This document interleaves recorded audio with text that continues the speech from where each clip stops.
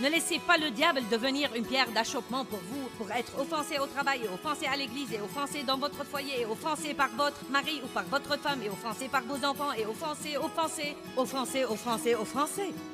Prenez la décision aujourd'hui de surmonter la colère et le non-pardon et de travailler pour être une bénédiction partout où que vous alliez.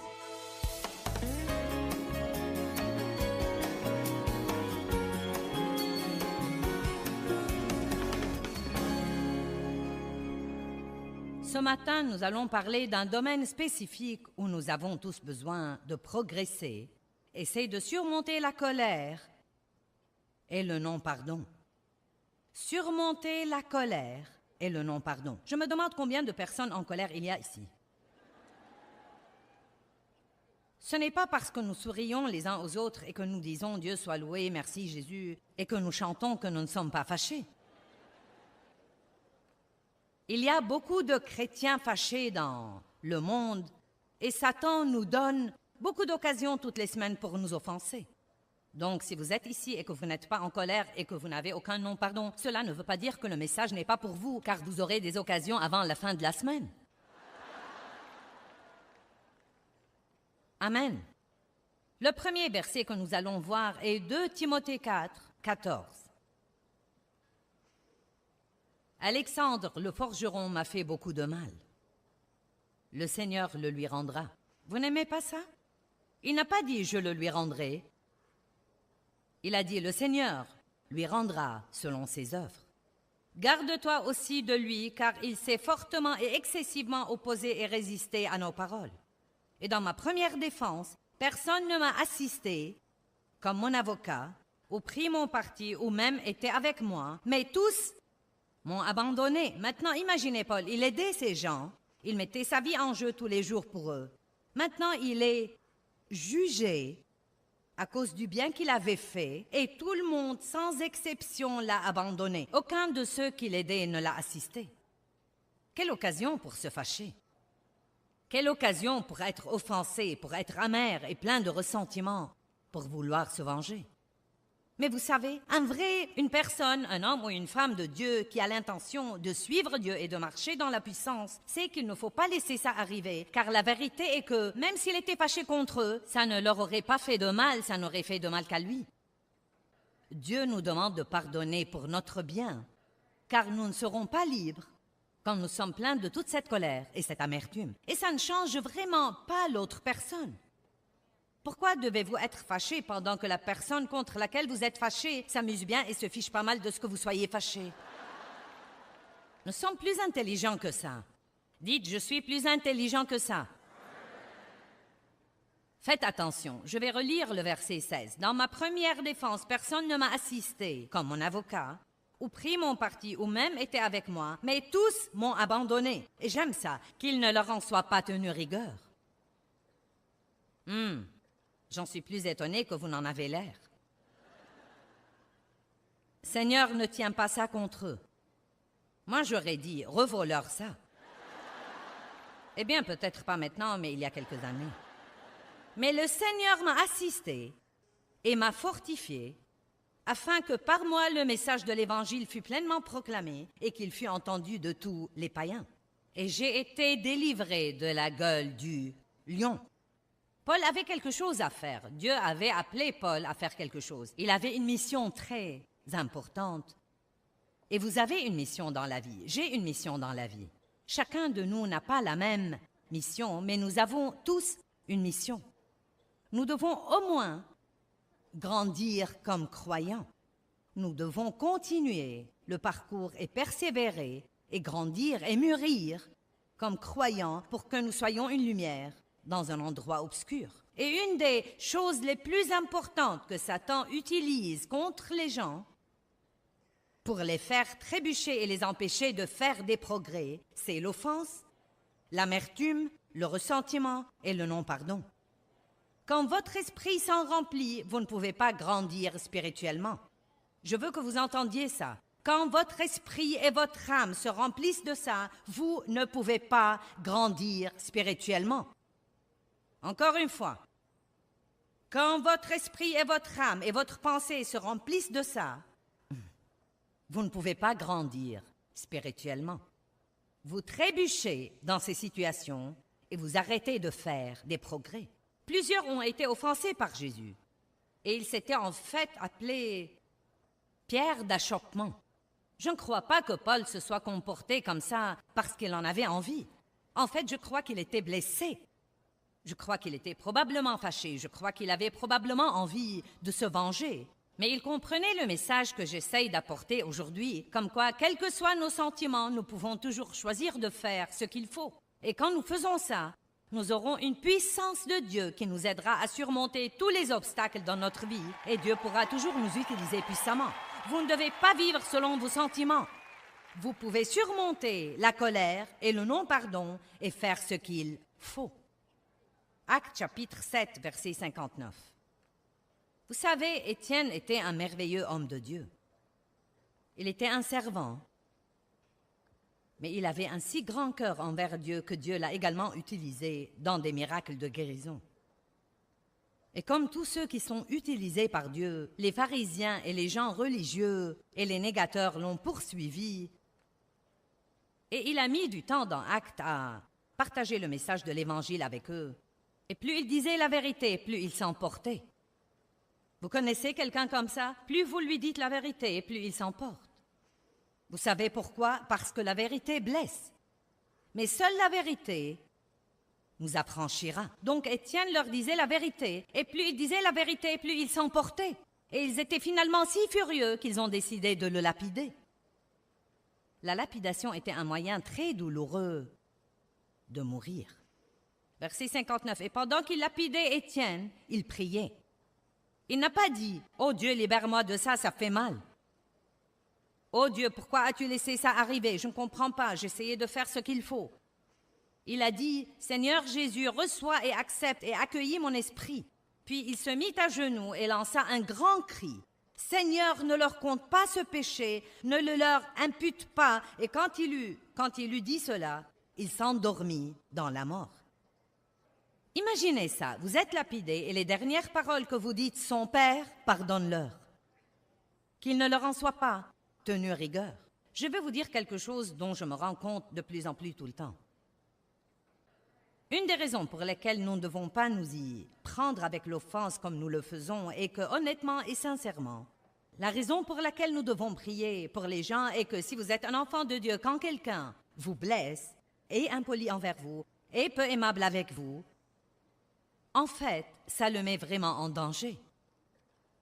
Dieu n'apprécie pas qu'on maltraite ses enfants. Et il est vraiment, maintenant écoutez-moi, il se fait beaucoup plus de mal qu'il ne vous fait. Et c'est pourquoi vous devez prier pour lui. Dieu pardonne-lui, ne lui impute pas ce péché.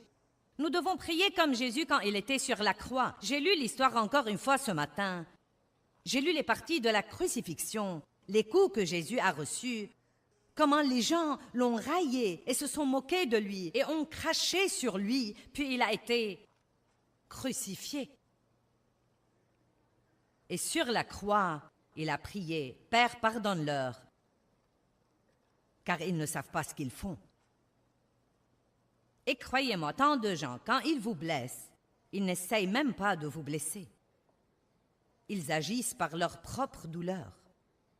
Au lieu de nous fâcher contre les gens, nous devons peut-être essayer de mieux les comprendre. Nous devons peut-être essayer de découvrir la raison de leur comportement. Éphésiens 6, 12 dit « Car notre lutte n'est pas contre le sang et la chair, mais contre les principautés et les esprits méchants dans les lieux célestes. » Écoutez-moi, je vous dis que votre guerre n'est pas avec les gens. Votre guerre n'est pas avec les gens. Il y a dans le monde spirituel une force invisible de mal derrière ces attaques contre vous qui viennent par les gens. Mon père m'a fait du mal, mais vraiment, non mais dans son cas, il était diaboliquement possédé par l'esprit de désir. À quoi cela m'aurait servi de passer toute ma vie à le haïr? J'ai commencé comme ça, mais Dieu m'a fait revenir à mon point de départ et avant sa mort, nous avons fini par nous occuper de lui, par lui acheter une maison, une voiture, nous occuper de lui, lui acheter l'épicerie, lui tondre la pelouse. Et il a mis du temps, mais il a finalement reçu Christ et nous avons pu le baptiser.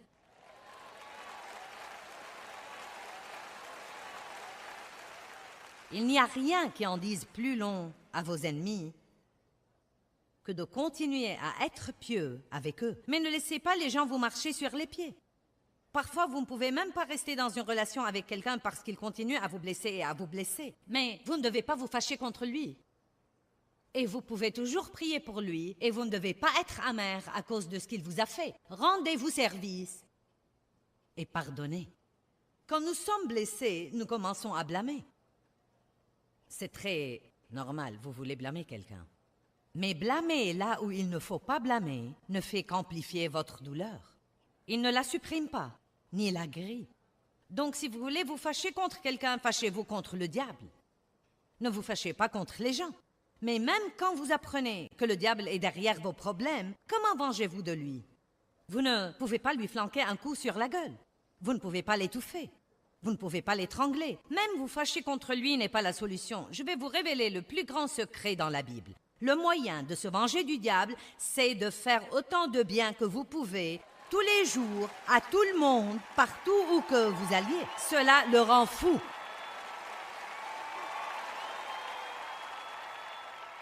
Vous me comprenez? Je dis au pasteur parfois, si vous avez quelqu'un à qui vous avez fait confiance et que vous avez aimé et élevé dans le ministère dans votre église, et qu'il décide maintenant de vous juger et de vous critiquer et de s'en aller et de fonder une autre église et de prendre la moitié de votre assemblée, au lieu de vous mettre en colère et de médire de lui, achetez-lui un équipement de son. Sérieusement, je lui achèterai un équipement de son. Je prierai pour lui et je le bénirai. Et à l'instant où vous faites ça, vous brisez la puissance de l'ennemi. Et non seulement vous brisez la puissance de l'ennemi, vous ouvrez une porte pour que Dieu vous bénisse vraiment. Et s'il prend 20 personnes avec lui, Dieu vous en rendra de son. Et pas seulement ça. Ce qu'il y a, c'est que s'il ne se comporte pas correctement, il ne réussira pas de toute façon. Vous ne devez pas le craindre. S'il ne se comporte pas correctement, il ne réussira pas. Il suivra son chemin et sera la même personne malheureuse qu'il était quand il était dans vos rangs. Amen. Priez pour les gens qui vous font du mal. Et quand ils viennent contre vous, ils se font beaucoup plus de mal qu'ils ne vous font. Et nous faisons la même chose. Quand nous blessons les autres et que nous ne les aimons pas, nous nous faisons du mal. Parce que ce n'est pas comme ça que Dieu veut que nous nous comportions. Je crois qu'un des versets les plus puissants dans la Bible est Romains 12, 21. Je voudrais que nous le regardions.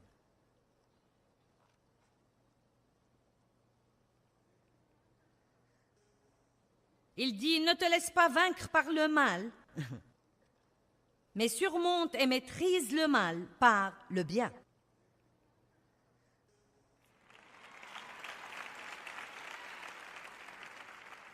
Ne rendez pas l'insulte pour l'insulte, ne rendez pas le mal pour le mal. Mais soyez une bénédiction pour ceux qui vous font du mal, dit la Bible, afin d'hériter vous-même la bénédiction de Dieu. Quand les gens vous font du mal, vous pouvez soit être malheureux, soit être compensé par Dieu. Vous pouvez dire, Dieu, je ne vais pas être amer et plein de ressentiment, je vais m'en remettre à toi, je vais prier pour eux et j'attends ta compensation. Mais c'est ce que nous faisons si souvent. Si quelqu'un nous fait du mal, nous restons pleins de ressentiment. Si nous ne pouvons pas nous venger de lui, nous finissons à cause de la misère dans notre âme par nous en prendre à d'autres personnes qui n'ont rien à voir avec ça.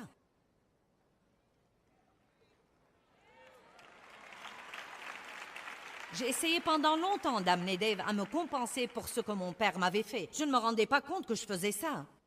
Mais essentiellement, je sentais qu'on me devait quelque chose, que quelque chose m'était dû. Et croyez-moi, j'en voulais à tout le monde. Et j'avais une attitude de droit dont le monde est rempli aujourd'hui. J'ai droit à ceci, j'ai droit à cela. Eh bien, c'est mon droit. Vous savez, personne n'a droit à rien s'il ne fait pas ce qu'il faut pour l'avoir. Amen.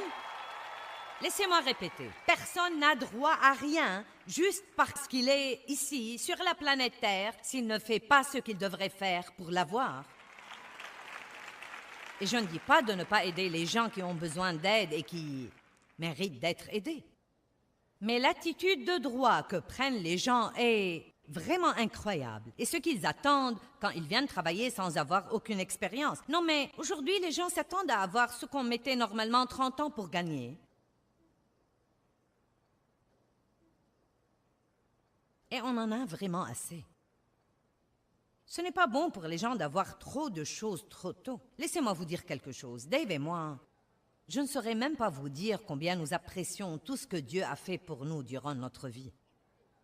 Non, mais c'était vraiment formidable d'avoir cette salle bondée tout le week-end. Mais vous savez quoi? J'ai partagé avec quelqu'un l'autre jour. Je me rappelle que j'allais à des réunions où il n'y avait que 9 personnes et que j'en prenais 5 avec moi. Et je ne veux pas oublier ces jours-là. Je ne veux pas oublier ces jours-là parce qu'ils me rappellent la fidélité de Dieu.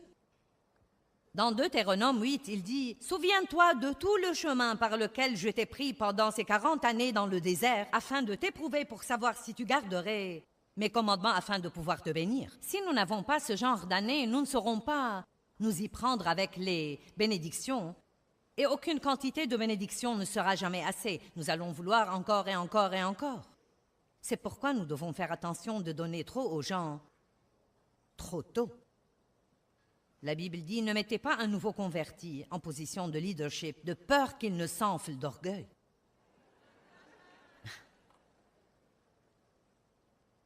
J'ai fait des choses stupides dans l'orgueil dans ma vie, et vous? Regardons Galates 6:10. C'était un verset qui m'a vraiment changé la vie. Quand quelqu'un vous blesse, vous pouvez soit rester assis à penser à ce qu'il vous a fait et être de plus en plus fâché, soit faire ce que dit ce verset. Ainsi donc, pendant que nous en avons l'occasion, pratiquons le bien moralement envers tous, non seulement en étant utiles ou profitables pour eux, mais encore en faisant ce qui est pour leur bien spirituel. J'aime la partie qui suit. Songez à. Qu'est-ce qui devrait remplir votre pensée? Ce que les gens vous ont fait? Non. Songez à être une bénédiction.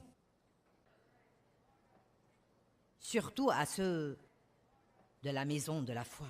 Je me demande combien de personnes dans cette salle ont pris un peu de temps ce matin avec Dieu et ont dit « Seigneur, montre-moi quelqu'un à qui je peux être une bénédiction. Quelqu'un que je peux aider aujourd'hui. » Combien d'entre vous avez préparé vos cœurs et vos pensées avant de sortir de votre maison, comme quoi vous êtes un serviteur de Dieu et que vous voulez guetter les besoins et que vous voulez guetter les gens qui ont besoin d'être encouragés? Ou bien vous ne pensez qu'à vous-même et à ce que tout le monde vous a fait? Je sais que la raison pour laquelle tant de gens dans la société sont malheureux aujourd'hui est l'égoïsme et l'égocentrisme. Vous ne pouvez pas être égoïste et heureux, et ce sont des choses que vous devez faire exprès. Être furieux à cause de ce que le diable nous a fait ne nous venge pas de lui, mais être bon envers autant de personnes que possible est en réalité un tourment pour lui. Si vous voulez tourmenter le diable, je crois qu'après tout ce qu'il m'a fait dans mon enfance, que chaque fois que je me lève et que j'ouvre la bouche dans une de ces réunions, ça le tourmente absolument. Ça le tourmente. Ça le tourmente quand nous donnons à manger à ses enfants tous les jours et nous faisons les choses que Dieu nous a donné l'occasion de faire. Qui comprend ce que je dis? Comme quoi vous pouvez vous apitoyer sur votre sort et être plein de ressentiment et dire à tout le monde ce que les gens vous ont fait. Vous pouvez raconter votre histoire dès maintenant jusqu'au jour où Jésus reviendra. Mais ça vous rendra de plus en plus malheureux. Ça ne portera aucun bon fruit. Ou bien vous pouvez vous venger de la personne dont vous devez vraiment vous venger, et c'est le diable, et vous faites ça en étant bon envers autant de gens que vous pouvez. Vous comprenez ça? Vous savez, je télécharge sur vous, en 1 heure ici, ce que j'ai mis 25 ans à apprendre.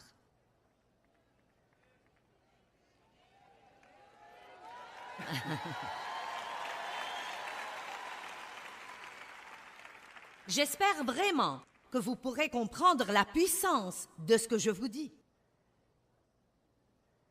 Dans Actes 10, 38, la Bible dit « Voyez comment Dieu a oint Jésus de Nazareth du Saint-Esprit et de force, et qu'il allait de lieu en lieu faisant du bien. » J'aime ça. C'est la simplicité de la vie chrétienne. Ne laissez pas le diable devenir une pierre d'achoppement pour vous, pour être offensé au travail, et offensé à l'église, et offensé dans votre foyer, et offensé par votre mari ou par votre femme, et offensé par vos enfants, et offensé. Prenez la décision aujourd'hui de surmonter la colère et le non-pardon et de travailler pour être une bénédiction partout où que vous alliez. Maintenant, nous revenons de nouveau aux sentiments. Joyce, je ne peux rien changer à mes sentiments. Regardons Éphésiens 4, 26 et je partagerai avec vous un exemple que vous comprendrez. Verset 26. Quand vous vous mettez en colère, ne péchez pas. Vous n'aimez pas ça? Quand vous vous mettez en colère, ne péchez pas. Donc ce n'est pas la colère qui est le péché. C'est en faire ce qu'il ne faut pas. Une certaine colère pourrait être un péché si vous êtes une personne coléreuse, si vous vous mettez en colère à tout propos. Non, mais si quelqu'un vous a maltraité, vous allez vous mettre en colère. Quand vous vous mettez en colère, ne péchez pas, que le soleil ne se couche pas sur votre colère, votre fureur ou votre indignation. Donc, s'il vous arrive de vous fâcher le matin, vous avez le temps pour réparer. Mais si ça arrive 30 minutes avant d'aller vous coucher, c'est dur.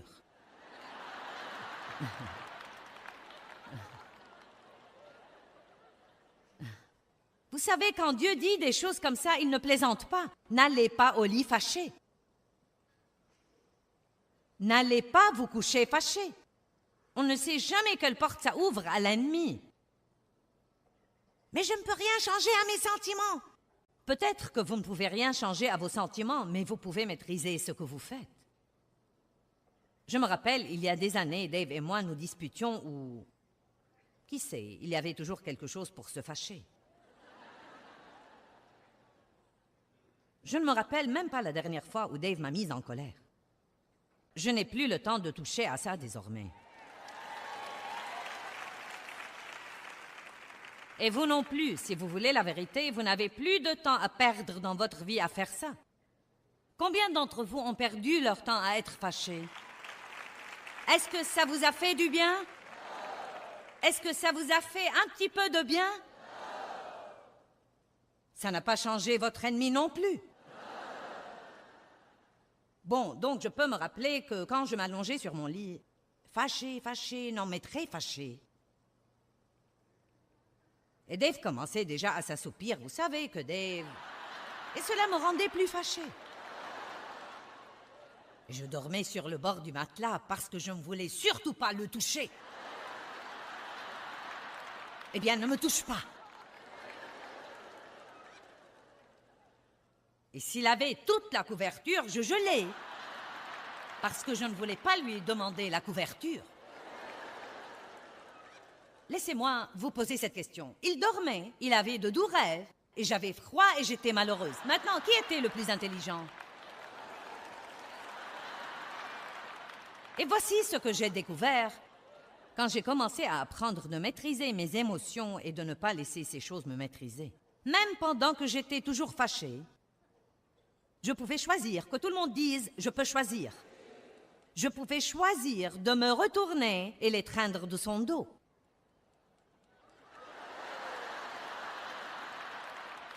Oh! Dieu ne m'oblige pas à faire ça. S'il te plaît. Mais vous savez, quand je le faisais, je me sentais tellement libérée. Vous vous sentez tellement libéré quand vous faites ce qu'il faut. Eh bien, je prie que l'émission d'aujourd'hui vous motivera à surmonter la colère et le non-pardon. Il est temps de récupérer votre vie.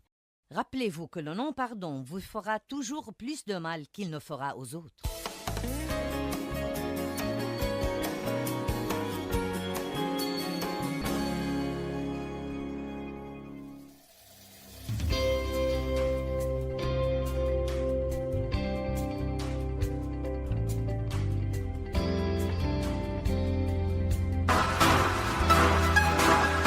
Vie à Dieu en totalité, Nous allons expliquer aujourd'hui comment faire ça et pourquoi il est si important d'être complètement engagé.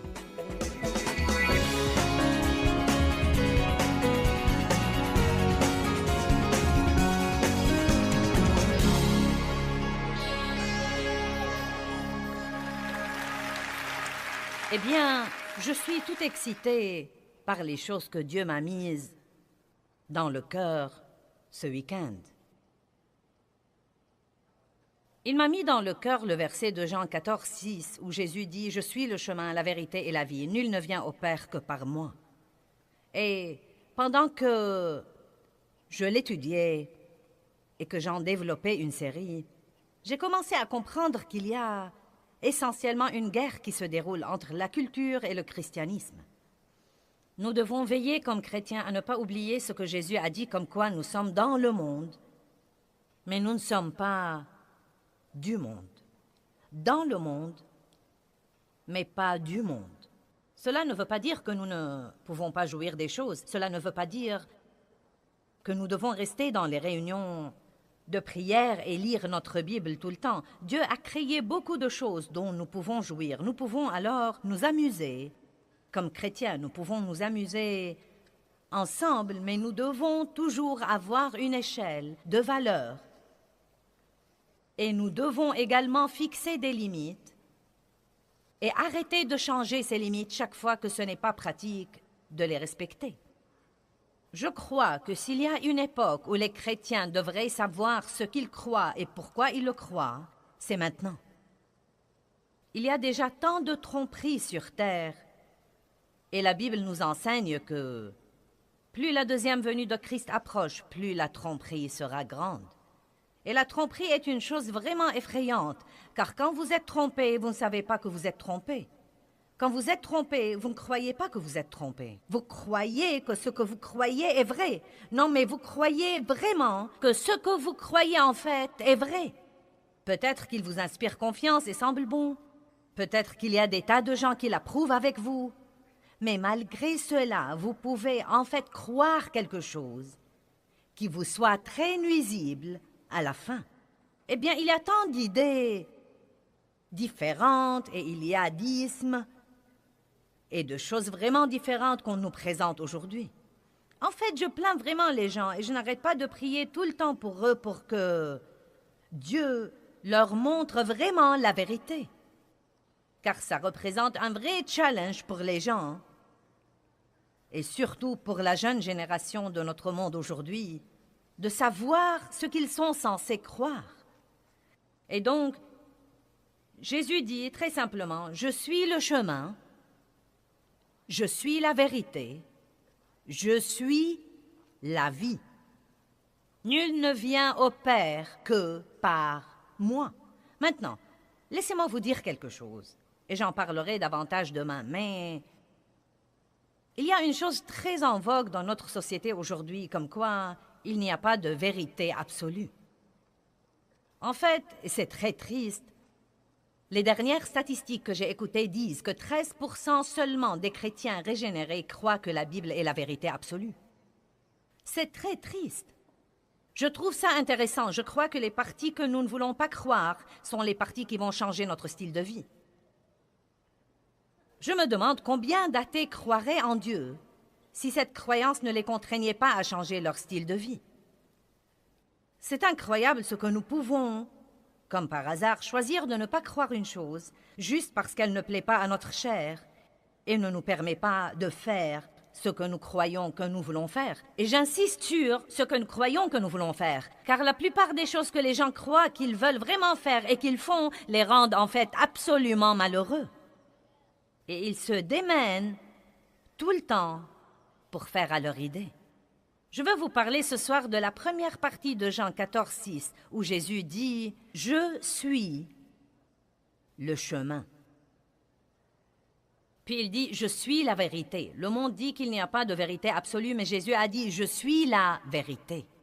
Il n'a pas dit « Je suis une vérité ». Il a dit « Je suis la vérité ». Il n'a pas dit « Je suis un chemin ». Il a dit « Je suis le chemin ». Peut-être que vous pensez « Eh bien, vous savez, et si ceci n'était pas vrai, comment saurais-je que c'est vrai ?» Eh bien, Le meilleur moyen auquel je peux penser pour dire aux gens comment ils sauraient que c'est vraiment vrai, c'est de l'essayer. Allez-y, testez-le. Je ne crains nullement de vous dire de le tester, car si vous le testez, non mais vraiment, vraiment le tester, et je veux dire vivre selon les principes de la Bible, vous allez aimer les résultats. Vous allez aimer les résultats. Maintenant, vous voyez, si quelqu'un me dit « Joyce, comment sais-tu que la Bible est vraie? » Je sais que la Bible est vraie parce que je sais comment était ma vie et je sais également comment étaient mes entrailles. Je sais comment était mon âme. Et j'ai mis ces principes en pratique et je sais dans mon fort intérieur que ce que Dieu a fait pour moi, personne d'autre que Dieu n'aurait pu l'avoir fait. Personne d'autre que Dieu n'aurait pu me ressusciter de qui j'étais et d'où j'étais pour me permettre de faire le genre de choses que je fais sur terre aujourd'hui. Laissez-moi vous dire quelque chose. Quand la Bible dit que Dieu vous donnera la grâce, laissez-moi vous dire quelque chose. Il vous donnera la grâce. Et quand la Bible dit que Dieu vous donnera le double pour vos ennuis, une double rémunération, une double récompense, pour toutes les injustices que vous avez subies, il vous donnera réellement le double pour vos ennuis. Mais il faudra faire les choses à la façon de Dieu, et non pas à votre façon. Vous ne prenez pas les bénédictions en lisant la Bible. Vous prenez les bénédictions en faisant ce que la Bible dit. Si nous l'écoutons sans la mettre en pratique, nous nous trompons nous-mêmes par des raisonnements contraires à la vérité. Si nous écoutons la parole, mais que nous ne la mettons pas en pratique, je me demande combien de ceux qui sont là ce soir ont les étagères tapissées de livres chrétiens. Vous avez les CD et les bandes de tout le monde, vous avez les bijoux chrétiens, vous avez les t-shirts, vous avez les autocollants. Et peut-être que vous êtes vous-même impressionné par votre bibliothèque chrétienne quand vous la voyez. Non, mais vous avez les aimants sur votre frigo. Vous avez l'art chrétien sur vos murs. Mais je veux vous poser une question ce soir. Comment est-ce que vous vivez?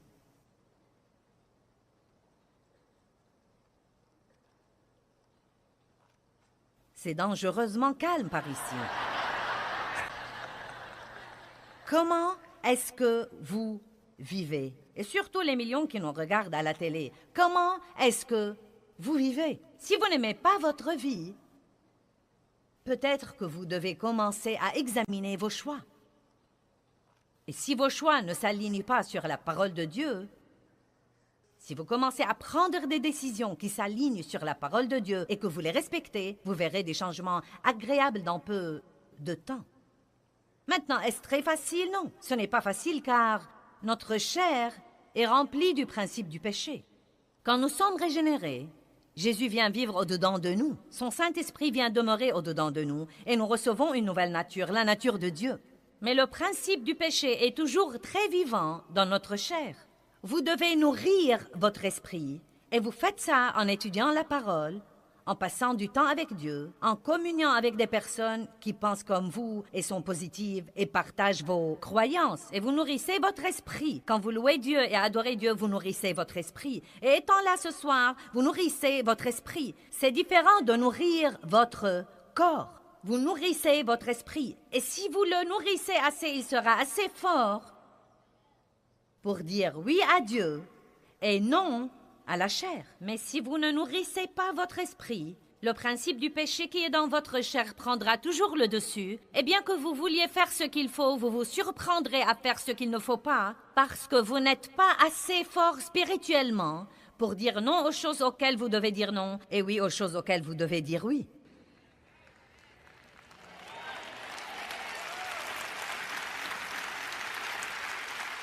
Dans Exode 33, 18, Moïse a prié une prière absolument merveilleuse. Et je suis contente de l'avoir trouvée tôt dans ma vie avec Dieu et de l'avoir priée pendant de nombreuses années. Il dit, Dieu, si j'ai trouvé grâce à tes yeux, je te prie maintenant, montre-moi tes voies. Dieu, si j'ai trouvé grâce à tes yeux, ne priez pas pour une nouvelle voiture. Ne priez pas pour ce mari sans lequel vous ne pouvez pas vivre. Ne priez pas pour une promotion au travail. Dites Dieu, si j'ai trouvé grâce à tes yeux, je te prie de me montrer tes voies. Je ne dis pas qu'il ne faut pas prier pour ces autres choses. Dites à Dieu tout ce que vous voulez. Vous pouvez adresser vos prières à Dieu, mais ne demandez jamais à Dieu de vous donner des tas de trucs si vous ne voulez pas d'abord ses voies. Ses voies. Nous devons apprendre ce qui plaît au Seigneur. Quand Jésus a dit qu'il était le chemin, il ne voulait pas seulement dire qu'il était le chemin du ciel. Bien des fois, nous pensons que ce verset veut juste dire « Oui, oui, Jésus est le chemin du ciel ». Non. Il est venu pour nous montrer comment nous devons vivre. Il est venu pour nous donner l'exemple de la manière dont nous devons vivre. Et il veut que nous suivions son exemple. Et quand nous vivons comme il a vécu, à ce moment-là, nous donnons l'exemple aux autres personnes dans le monde. Est-ce que vous savez pourquoi les chrétiens en général n'impressionnent pas le monde aujourd'hui? Parce que nous parlons beaucoup de la vie, mais nous ne vivons pas toujours la vie.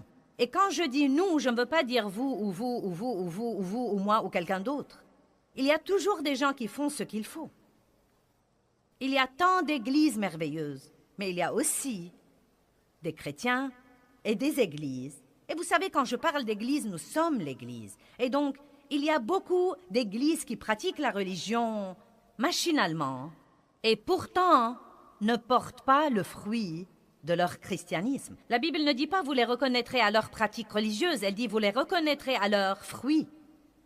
Je ne sais pas comment vous passez votre temps de prière et d'étude de la Bible, mais je passe beaucoup de temps sur moi-même. Et ce n'est absolument pas un temps égoïste passé sur moi. Non, mais je dois rester tout le temps intègre devant Dieu, car je ne peux pas faire ce que je fais et essayer en même temps de mener les autres si je leur dis des tas de trucs que je ne pratique pas moi-même. Et donc, vous devez travailler sur vous-même avec Dieu. Vous ne devez pas essayer de le faire sans le Saint-Esprit, mais vous savez, si vous êtes de mauvaise humeur, n'attribuez pas la responsabilité aux autres. Étudiez tout ce que vous pouvez trouver sur la colère et le mauvais caractère et le fruit de l'esprit, et priez là-dessus et étudiez-le, priez là-dessus et étudiez-le, priez là-dessus et étudiez-le, jusqu'à ce que vous agissiez mieux. Amen. Puis prenez la chose suivante qui vous pose un problème et arrêtez de regarder tous les autres et d'essayer de comprendre ce qui ne va pas chez eux et de leur dire ce qu'ils devraient changer. Vous avez déjà pensé à 10 personnes que vous auriez aimé qu'ils soient là ce soir parce que vous savez combien ils ont besoin de ce message. Eh bien, vous êtes là et ils ne sont pas là. Donc devinez quoi? Dieu doit avoir quelque chose à vous dire.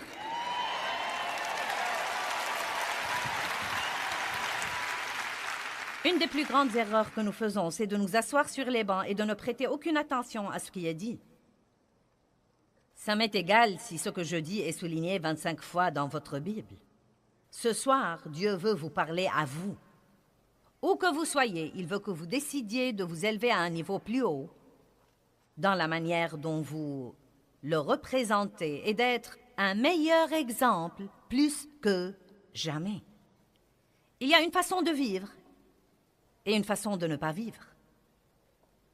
Quand Jésus est venu, ses voies étaient radicalement différentes. Vous pouvez certainement dire que Jésus était révolutionnaire. Il est venu pour mettre les choses sens dessus dessous. Et quoi que faisaient tous les autres, il ne le faisait pas comme il le faisait. Et il ne s'est pas plié à leur voie pour s'intégrer. Il a fait ce qu'il savait que son Père voulait qu'il fasse, et ce que pensaient tous les autres était leur problème, et non pas le sien. Nous avons besoin de plus de personnes qui prennent l'attitude « Je comparaîtrai un jour devant Dieu et je lui rendrai compte pour ma vie. Et je devrais vivre ma vie sur terre en me souciant davantage de ce qu'il pense que de ce que vous pensez. » Nous voulons tous plaire à tout le monde. Nous voulons tous être acceptés, mais nous ne devons pas transiger tout le temps pour avoir cette acceptation. Nous ne devons pas transiger tout le temps pour avoir ce que le monde offre. Si nous voulons servir Jésus, nous devons arrêter d'être tièdes. Nous devons être ardents, embrasés. Soit nous entrons et nous sortons, soit nous serons écrasés. Amen. En fait, le christianisme, dans ses tout débuts, s'appelait le chemin. J'aime ça. Et quand Jésus a dit « Je suis le chemin », il était venu montrer aux gens comment ils devraient vivre. Et c'était tellement différent des choses auxquelles les gens étaient habitués. Et nous trouvons dans la Bible plusieurs références au chemin. Et je veux vous en montrer 2 ou 3. Regardons Actes chapitre 9, verset 2.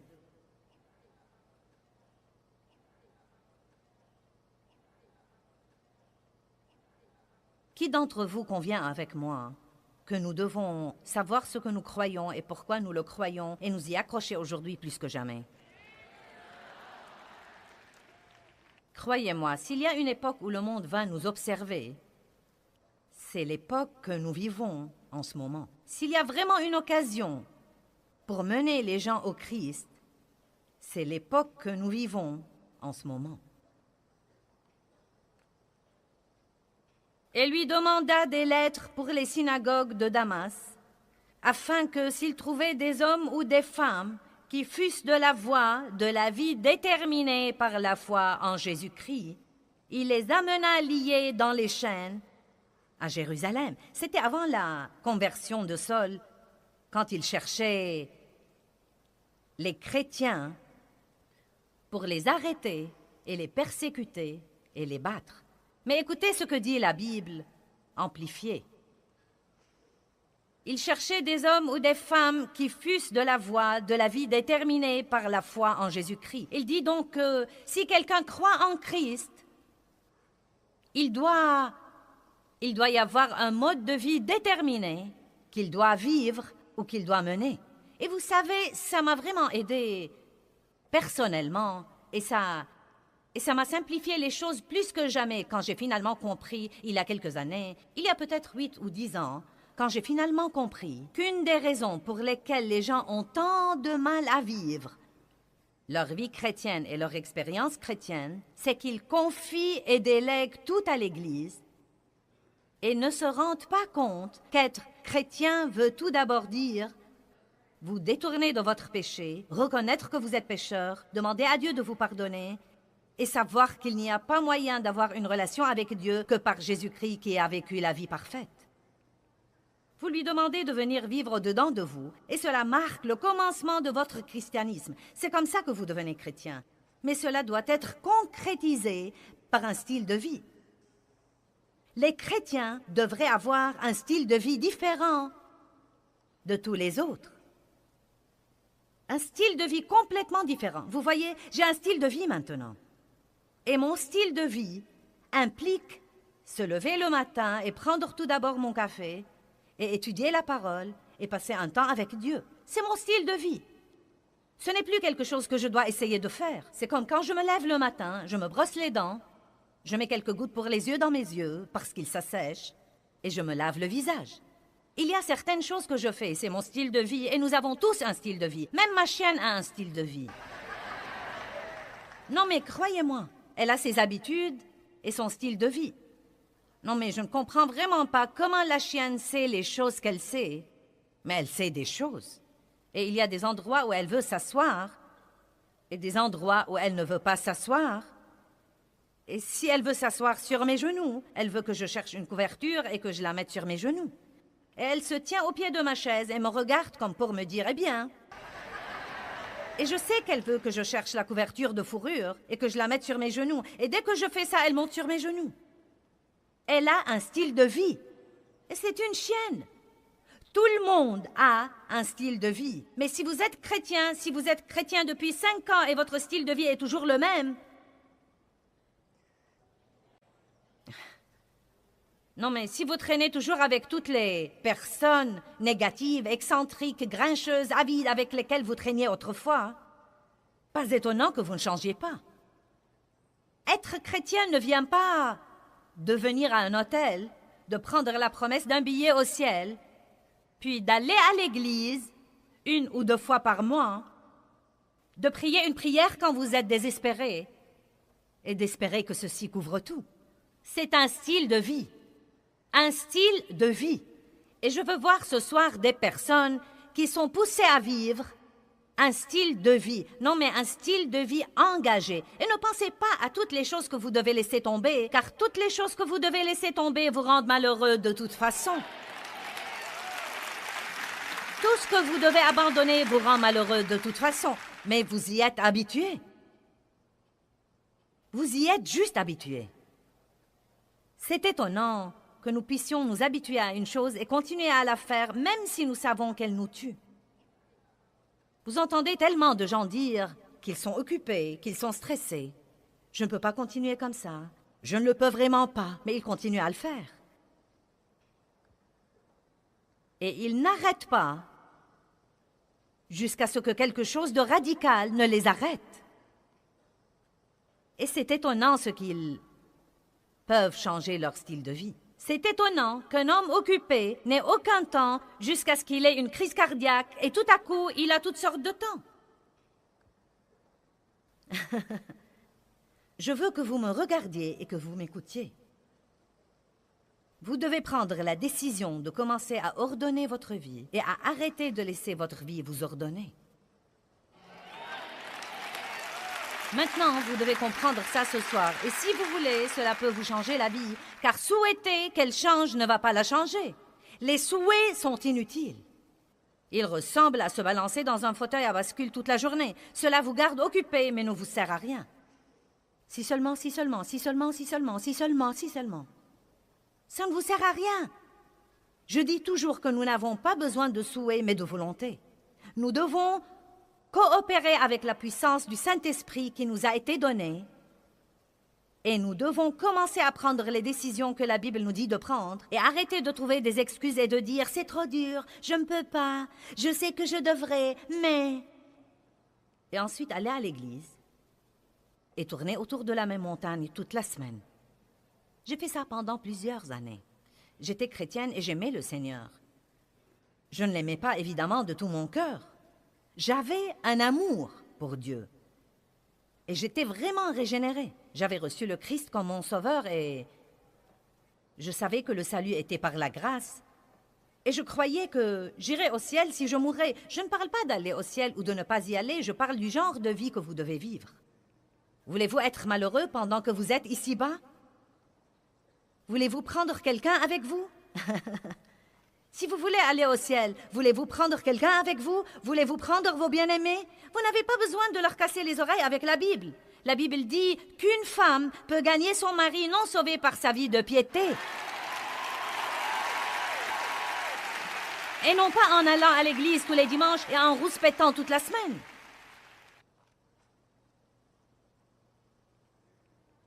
Vous êtes venu, vous saviez ce que vous auriez de moi quand vous êtes venu, donc…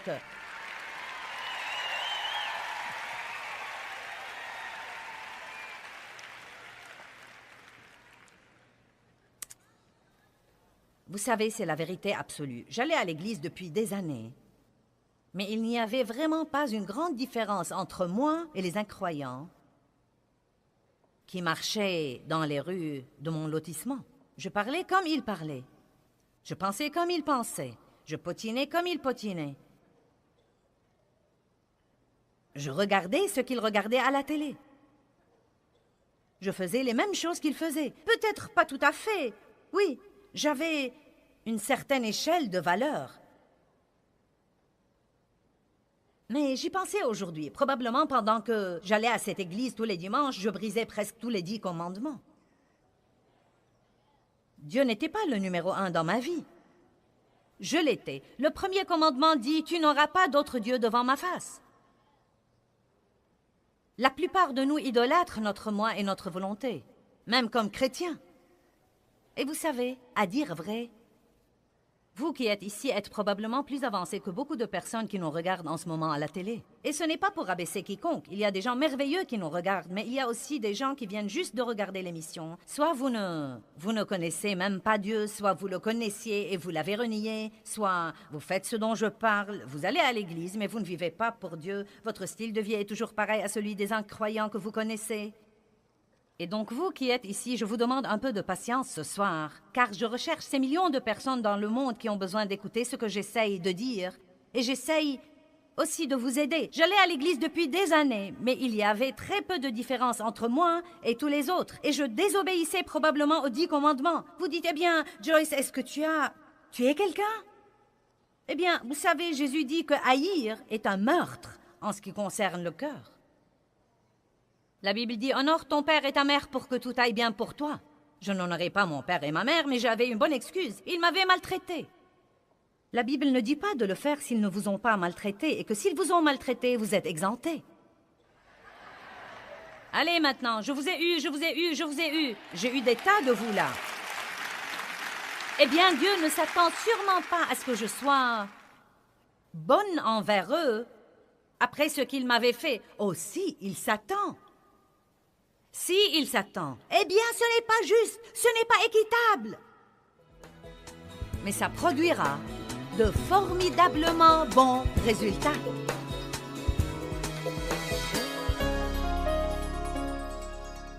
Eh bien, je veux vous encourager aujourd'hui à commencer à ordonner votre vie et à ne pas permettre à votre vie de vous ordonner.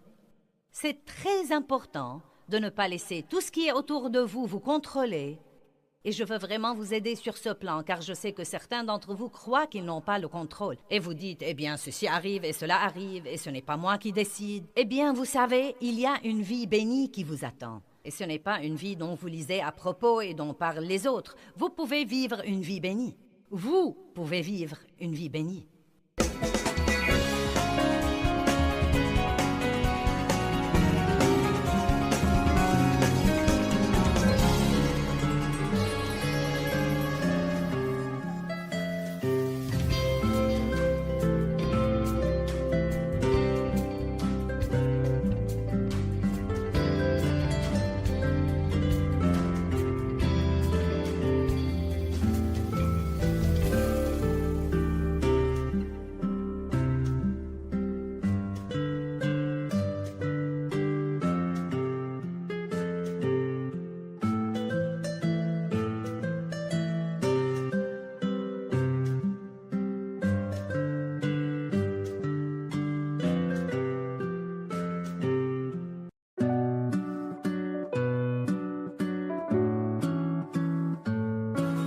Apprenez aujourd'hui ce que vous devriez faire dans Jouir de la vie de tous les jours.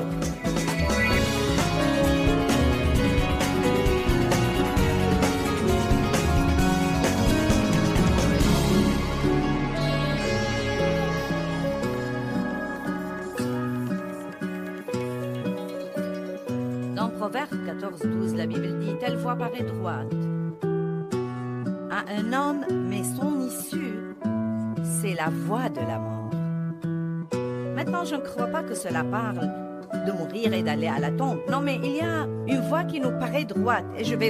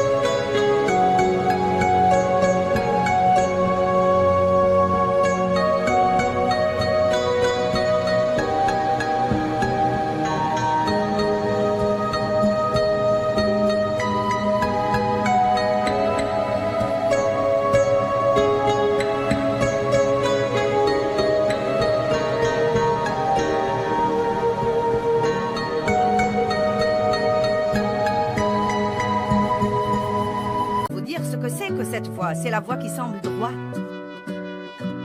C'est la voie qui semble confortable. Elle ne fait pas pression sur notre chair. Il y a une voie qui paraît droite à l'homme. Il y a une voie qui paraît logique à l'homme. Mais cette voie nous remplit de toutes sortes de misères dont nous pouvons possiblement être remplis. Combien d'entre vous répondront au moins à ça? Croyez-vous que nous ayons besoin de plus des chrétiens vraiment paisibles et remplis de joie?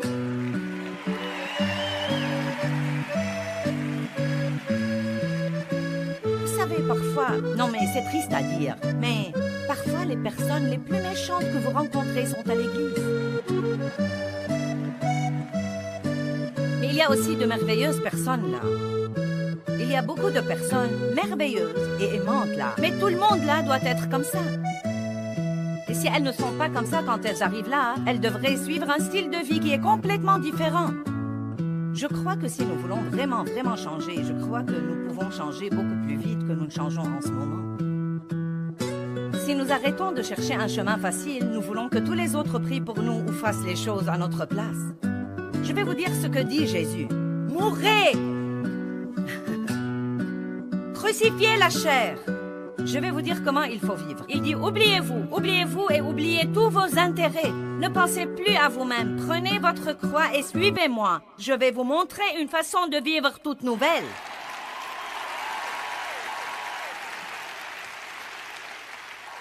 Maintenant, je veux vous dire autre chose. Et je veux vous dire des choses très importantes que vous devez comprendre et que vous devez peut-être noter.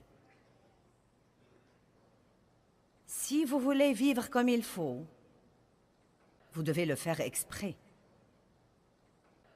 Le faire exprès, c'est une pensée puissante. N'attendez pas d'en avoir envie. N'attendez pas que ce soit confortable et que tous vos amis le fassent. Vous devez le faire toujours exprès, surtout au début du chemin. Si vous devez vous lever et passer un temps avec Dieu, il faut le faire exprès.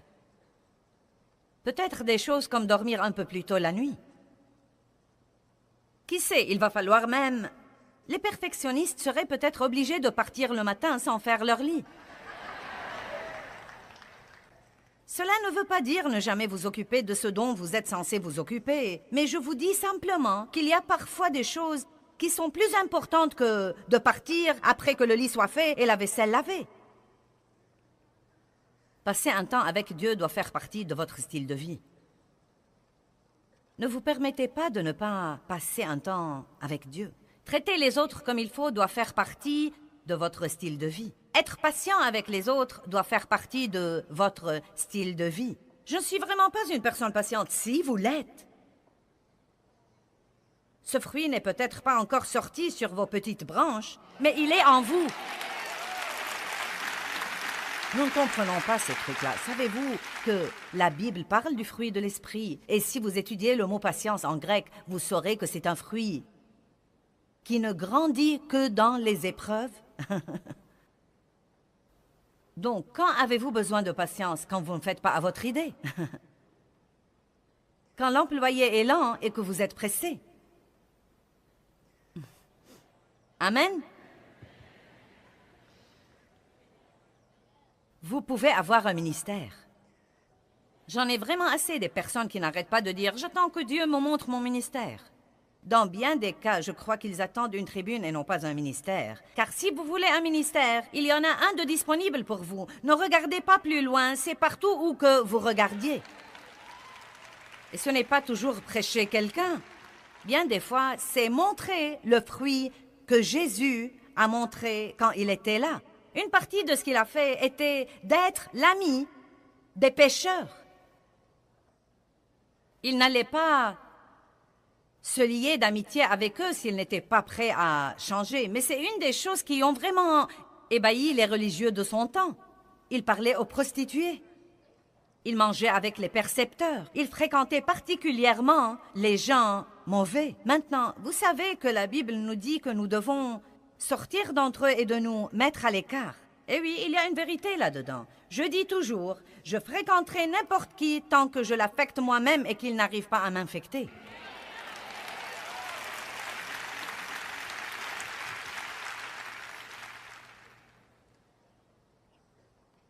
Les voix de Dieu sont élevées au-dessus de nos voix. Nous devons être assez intelligents pour examiner le fruit de nos voix et pour nous demander si nous n'avons pas ce que nous avons à cause des choses que nous faisons. Maintenant, Psaume 37, 5. Ma belle-mère, qui est allée chez Dieu, m'a donné ma première Bible. Elle était blanche et plus petite que celle-ci. C'était la version King James. Et sur la couverture, non mais je ne savais rien de rien. Je commençais à l'époque à aller à l'église. Je n'avais pas encore fait mes années de religion et je n'étais pas encore vraiment sérieuse. Psaume 37, 5. Remets ta voix sur l'Éternel et confie-toi en lui et il agira. Cela avait l'air très spirituel. Oh, merci, maman. Savez-vous ce qu'il faut pour remettre sa voix? Remettre sa voix au Seigneur et compter sur lui et attendre qu'il agisse, quelles étaient mes voies que j'ai dû remettre au Seigneur? Eh bien, tout d'abord, j'avais beaucoup d'habitudes mentales qui faisaient partie de mon style de vie, qui devaient être remises à Dieu. Je m'inquiétais à tout propos. Je passais aujourd'hui en essayant de comprendre demain. C'est ça l'anxiété. Et le raisonnement. Je me rendais presque folle en voulant savoir pourquoi et quand. Pourquoi Dieu, pourquoi? Quand Dieu, quand? Quand, pourquoi, quand? Je ne pouvais pas me calmer et même être vaguement détendue avant de croire avoir tout compris. J'ai dû renoncer à tout ça. Vous ne pouvez pas avoir la paix et faire ça. Eh bien, que fera Dieu? Je ne sais pas. Et quand le fera-t-il? Je ne sais pas. Et s'il ne le fait pas? Ce n'est pas censé être fait dans ce cas. Nous étions avec un groupe la nuit dernière et j'ai dit à l'une des dames, je ne la connaissais pas très bien et je lui ai dit, donc que fais-tu? Et elle m'a dit, j'essaye toujours de comprendre ça. Je lui ai dit, c'est cool, je suis tout à fait pour, tu ne dois pas t'en vouloir. Je ne supporte pas quand les gens commencent à demander à l'adolescent de 13 ans ce qu'il va faire quand il sera grand. Donc, que vas-tu faire quand tu seras grand? Au moment où la plupart des adolescents quittent l'école, ils sont des boules de nerfs qui essaient de comprendre ce qu'ils sont censés dire à tout le monde sur ce qu'ils vont faire de leur vie. Qui sait ce qu'il va faire de sa vie quand il a 16 ans ou 18 ans? Et même ce que vous croyez que vous voulez faire, vous finissez par ne pas le faire du tout. J'étais comptable et je suis devenue prédicatrice, imaginez ça. Nous devons arrêter d'essayer de tout comprendre tout le temps et de donner aux autres l'impression d'être stupides parce qu'ils ne savent pas tout le temps. Il n'y a pas de mal à ne pas savoir car Dieu sait. Et tant que vous le connaissez, vous êtes en bonne main. Amen. Une autre dame m'a dit, dans cette réunion-là, elle m'a dit, as-tu toujours des doutes après toutes ces années avec Dieu? As-tu toujours des doutes sur les décisions que tu fais? Je lui ai dit, cela m'a presque rendue folle dans le passé. J'étais irrésolue à tel point que j'en devenais presque malade mentale. Je prenais une décision, je la changeais, je prenais une décision, je la changeais, je mettais une tenue, je l'enlevais. Même choisir un resto causait une dépression à la personne qui m'invitait, car je voulais aller au resto qui avait la salade que j'aimais, mais il n'avait pas le café que j'aimais, et donc je changeais d'avis et je disais que je voulais aller à celui-ci et ainsi de suite. Je lui ai dit, tu sais quoi? Je peux sincèrement te dire que je ne me préoccupe plus de tout cela. Elle était un peu plus jeune que moi et je lui ai dit, tu serais étonnée de ce que l'expérience avec Dieu ferait pour toi. Et où que vous en soyez dans votre vie avec Dieu, continuez à aller de l'avant, car plus vous avez de l'expérience avec Dieu, plus votre vie sera facilitée. Car tôt ou tard, vous comprendrez que Dieu est Dieu et qu'il sait ce qu'il fait. Et qu'il est fidèle et qu'il intervient toujours au bon moment. Peut-être qu'il ne fait pas tout comme vous voudrez qu'il le fasse, mais comprenons que si nous n'avons pas l'exaucement que nous voulons, c'est que ses voies sont élevées au-dessus de nos voies et que ses pensées sont élevées au-dessus de nos pensées. Et ce que nous croyons que nous voulons est parfois la chose même qui nous rendra absolument malheureux. Et donc, elle m'a plutôt regardé comme, vous savez, presque comme pour dire, mince alors, est-ce possible? Et je lui ai dit, tu sais, je crois, et je veux partager ça avec vous, je crois qu'une des raisons pour lesquelles je ne stresse plus à propos de mes décisions, j'essaye de prendre les meilleures décisions qui soient, surtout lorsqu'il s'agit de choses importantes. Je ne prends pas mes décisions à la légère, mais la raison pour laquelle je peux avoir la paix maintenant à propos de mes décisions est que je sais très bien que si je fais une erreur, ça n'aura aucune importance.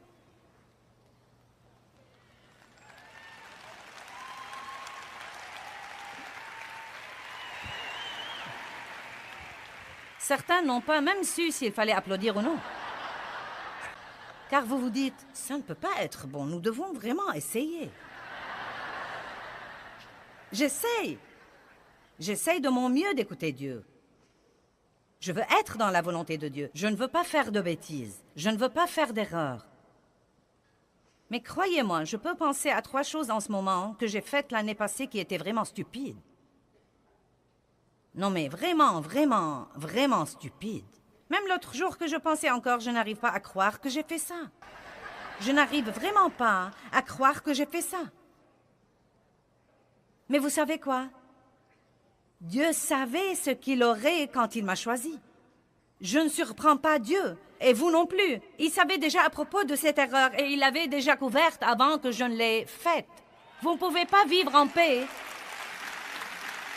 sans un nouveau style de vie. Et ce nouveau style de vie implique de nouvelles façons de penser, de nouvelles façons de parler.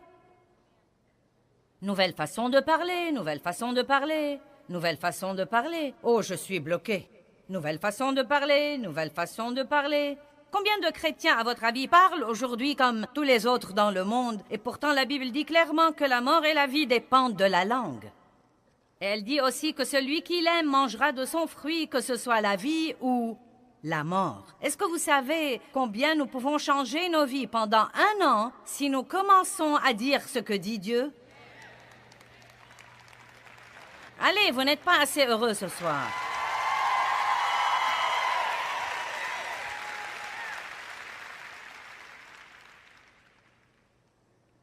J'avais tant de mauvaises habitudes.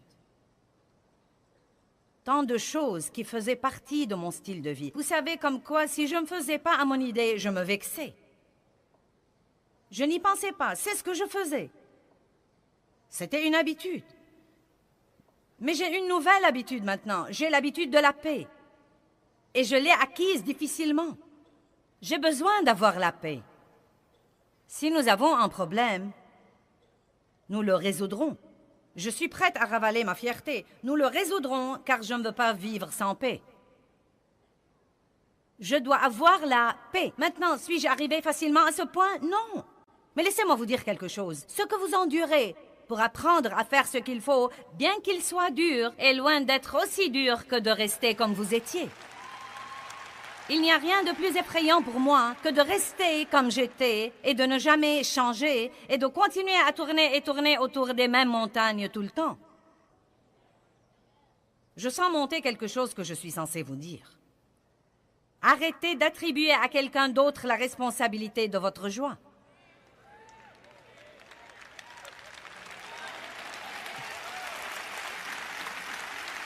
Vous n'avez pas tous l'air d'être heureux. Eh bien, si tu ne faisais pas ça, je serais heureuse. Et si tu faisais ça, je serais heureuse. Je ne crois pas. Car si notre bonheur dépend de ce que font tous les autres, comment allons-nous être heureux? Oui, je reconnais que ce n'est pas facile. Mais c'est faisable. Eh bien, je veux m'arrêter là pour un instant et nous reviendrons à l'enseignement dans un moment. Je veux vous parler, juste vous et moi pour un instant, de quelques points que je trouve vraiment importants. Tout d'abord, je crois que c'est très important de remettre nos voix à Dieu. Vous savez, nous avons tous nos voix. La Bible dit « Le cœur de l'homme est dit de sa voix, mais c'est l'Éternel qui dirige ses pas. » Et vous savez quoi? Je peux être têtu et marcher dans ma voie, et vous aussi. Mais croyez-moi, ça ne va jamais produire de bonnes choses dans ma vie. Laissez-moi vous poser une question. Êtes-vous dans un match de lutte avec Dieu en ce moment? Vous savez quoi? Vous devez vraiment le laisser gagner. Car tant que vous ne déciderez pas de faire tout à la façon de Dieu, vous serez malheureux. Et nous devons tous veiller à penser comme il faut et à parler comme il faut, en alignant nos pensées et en alignant nos paroles sur la parole de Dieu. Eh bien, vous savez, un des moyens de s'engager envers Dieu, et c'est en fait un moyen de coopérer avec Dieu d'une façon beaucoup plus grande, c'est de ne pas penser toutes sortes de choses qui ne sont pas en accord avec la parole et de ne pas avoir, vous savez, ce qu'on peut appeler une bouche déchaînée et dire tout ce que nous voulons quand nous voulons. Mais commencez à aligner vos pensées et vos paroles sur la volonté de Dieu. Accordez-vous avec Dieu et vous aurez ce que Dieu dit que vous pouvez avoir. Et finalement, j'ai une autre remarque qui est très importante et que j'essaye de faire aujourd'hui. Prenez la décision aujourd'hui pendant que vous prenez d'autres décisions. Prenez la décision de ne pas attribuer aux autres la responsabilité de vous garder heureux. Je faisais ça depuis longtemps. Je pensais, eh bien, je serais heureuse s'il faisait ceci, et si mes enfants ne faisaient pas cela, et je serais heureuse si. La vérité est que j'ai dû prendre la responsabilité de ma joie et dire, la joie du Seigneur est ma force et je peux être heureuse si je le veux, quoi qu'il arrive autour de moi, car je peux réagir d'une façon complètement pieuse et non pas d'une façon impie. Donc j'ai voulu prendre cette petite minute pour remettre avec vous l'accent sur ces points essentiels, car parfois nous entendons des choses, mais nous ne leur prêtons pas l'attention qu'il faut. Maintenant que je vous les ai fait comprendre, encore une fois, revenons à l'enseignement de la conférence. La Bible parle du chemin spacieux qui mène à la mort et du chemin resserré qui mène à la vie. C'est facile de vivre sur le chemin spacieux. Il y a toutes sortes de gens dans le monde sur le chemin spacieux, et triste à dire, il y a beaucoup de chrétiens là-bas avec eux. Mais il y a aussi un chemin resserré, et il n'y a pas beaucoup de gens qui le prennent, mais oh, croyez-moi, ceux qui le prennent changent le monde. Ceux qui le prennent mènent une vie que les autres voudraient ardemment avoir. Ils ont quelque chose de spécial, quelque chose de très différent de tous les autres. Il faut de la discipline. Toute discipline sur le moment ne semble pas sujet de joie, mais plus tard, nous devons nous soucier davantage de plus tard. Et ça fait partie du problème.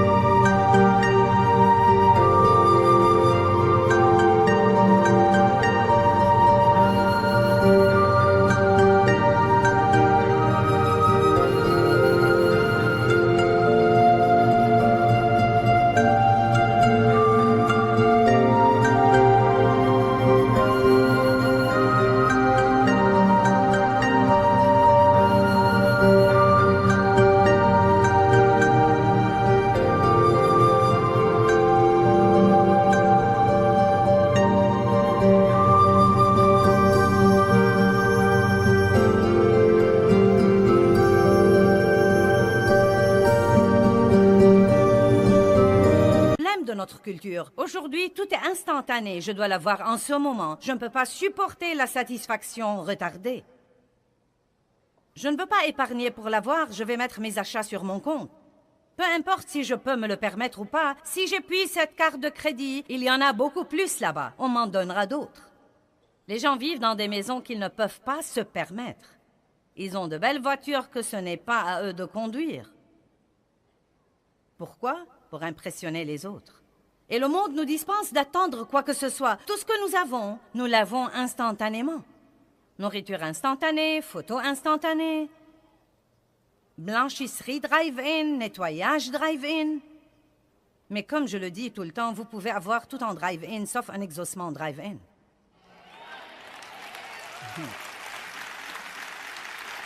Et il y a une vie. Jésus dit, je suis le chemin. Je suis la vérité, je suis la vie.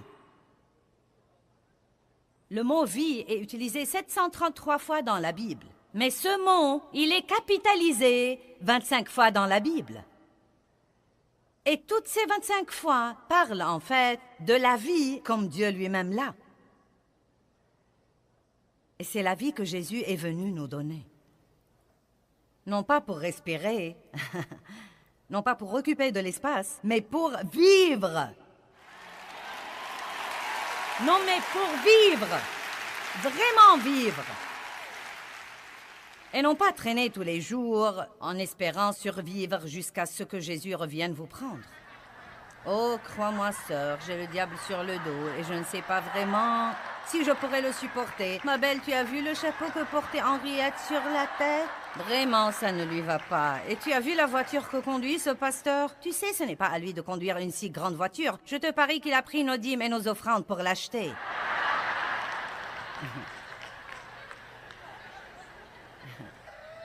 Eh bien, parler de lui de cette façon est pire que ce qu'il conduit.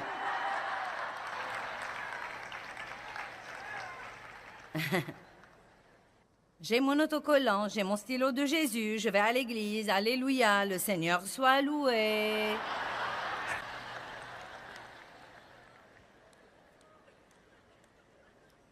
Matthieu 10, 39 dit « Renoncez à la vie inférieure pour que vous puissiez avoir la vie supérieure. » Il y a une vie pour nous.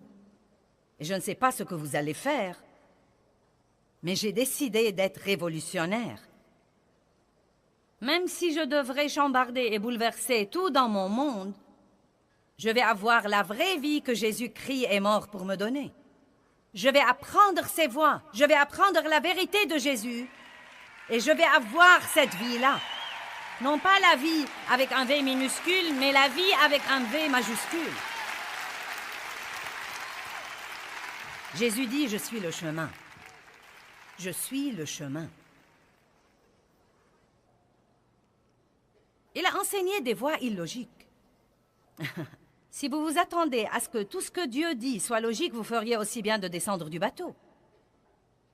Ce que vous devez chercher, ce n'est pas si c'est logique là-haut, mais si c'est bon ici bas.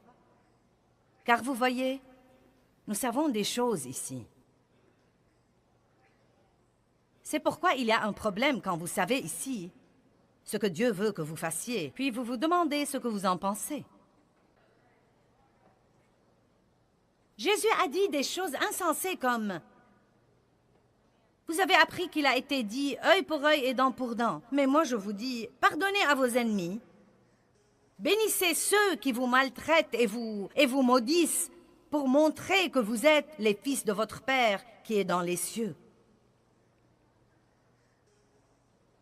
Non mais il a dit des trucs radicaux. Non mais il y a une promesse dans la Bible que malgré toutes mes années comme chrétienne, non mais comme vraie chrétienne engagée, je ne suis toujours pas sûre que je comprends son poids, et je ne sais pas combien d'entre nous le comprennent. Jésus dit essentiellement, tout ce que vous voulez que les hommes fassent pour vous, faites-le de même pour eux. Tout ce que vous voulez, donnez-en un peu d'abord, puis vous pourrez l'avoir. Il y a un moyen efficace dont vous pouvez avoir tout ce que Dieu a dit que vous pouvez avoir. Mais ce n'est pas en priant pour l'avoir, vous devez en donner un peu d'abord. Vous vous souciez pour l'économie, n'arrêtez surtout pas de donner. Vous craignez de perdre votre travail, augmentez votre don. Vous êtes solitaire, soyez gentil avec les autres. Vous avez besoin d'aide, allez aider quelqu'un. Vous avez besoin de prière, priez pour les autres. Vous avez besoin de miséricorde, commencez à être miséricordieux. Vous pouvez avoir tout ce que Dieu dit que vous pouvez avoir. Non seulement tout ce que vous voulez, mais encore tout ce que Dieu dit que vous pouvez avoir. Mais vous ne moissonnez que d'après ce que vous semez. Et ça ne marche pas seulement au moment des offrandes, ça marche tous les jours de notre vie, toute la journée, 24 heures par jour, 7 jours par semaine. Nous moissonnons ce que nous semons. Mon Dieu, quelle vie passionnante! Mince alors! Vous savez, vous penserez peut-être que je suis folle quand je le dis, mais c'est presque comme un jeu pour moi maintenant. Je suis bien décidée à battre le diable en faisant ce que Dieu me dit de faire.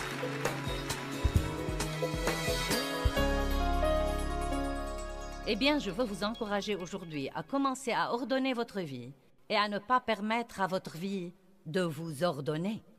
C'est très important de ne pas laisser tout ce qui est autour de vous vous contrôler. Et je veux vraiment vous aider sur ce plan, car je sais que certains d'entre vous croient qu'ils n'ont pas le contrôle. Et vous dites, eh bien, ceci arrive et cela arrive, et ce n'est pas moi qui décide. Eh bien, vous savez, il y a une vie bénie qui vous attend. Et ce n'est pas une vie dont vous lisez à propos et dont parlent les autres. Vous pouvez vivre une vie bénie. Vous pouvez vivre une vie bénie.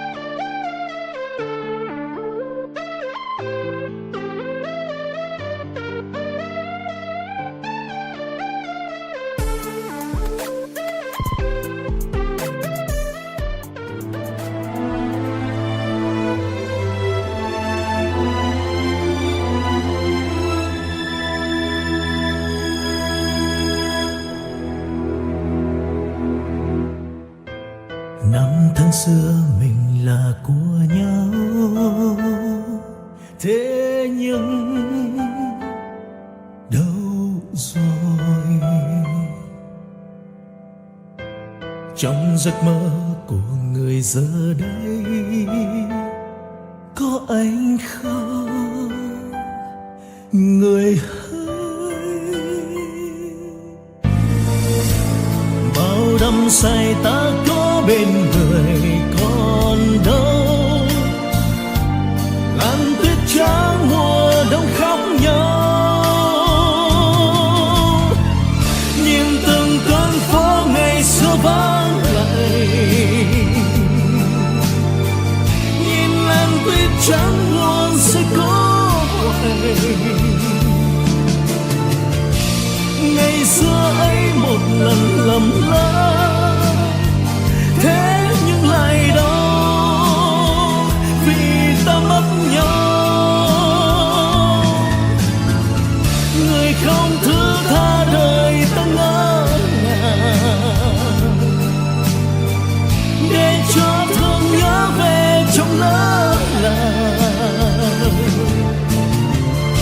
Ngày ta xa một ngày mùa đông, tuyết rơi lạnh cóng, xót xa hoài mong. Bóng tuyết rơi một đời tạ tới, đóng băng tim mình.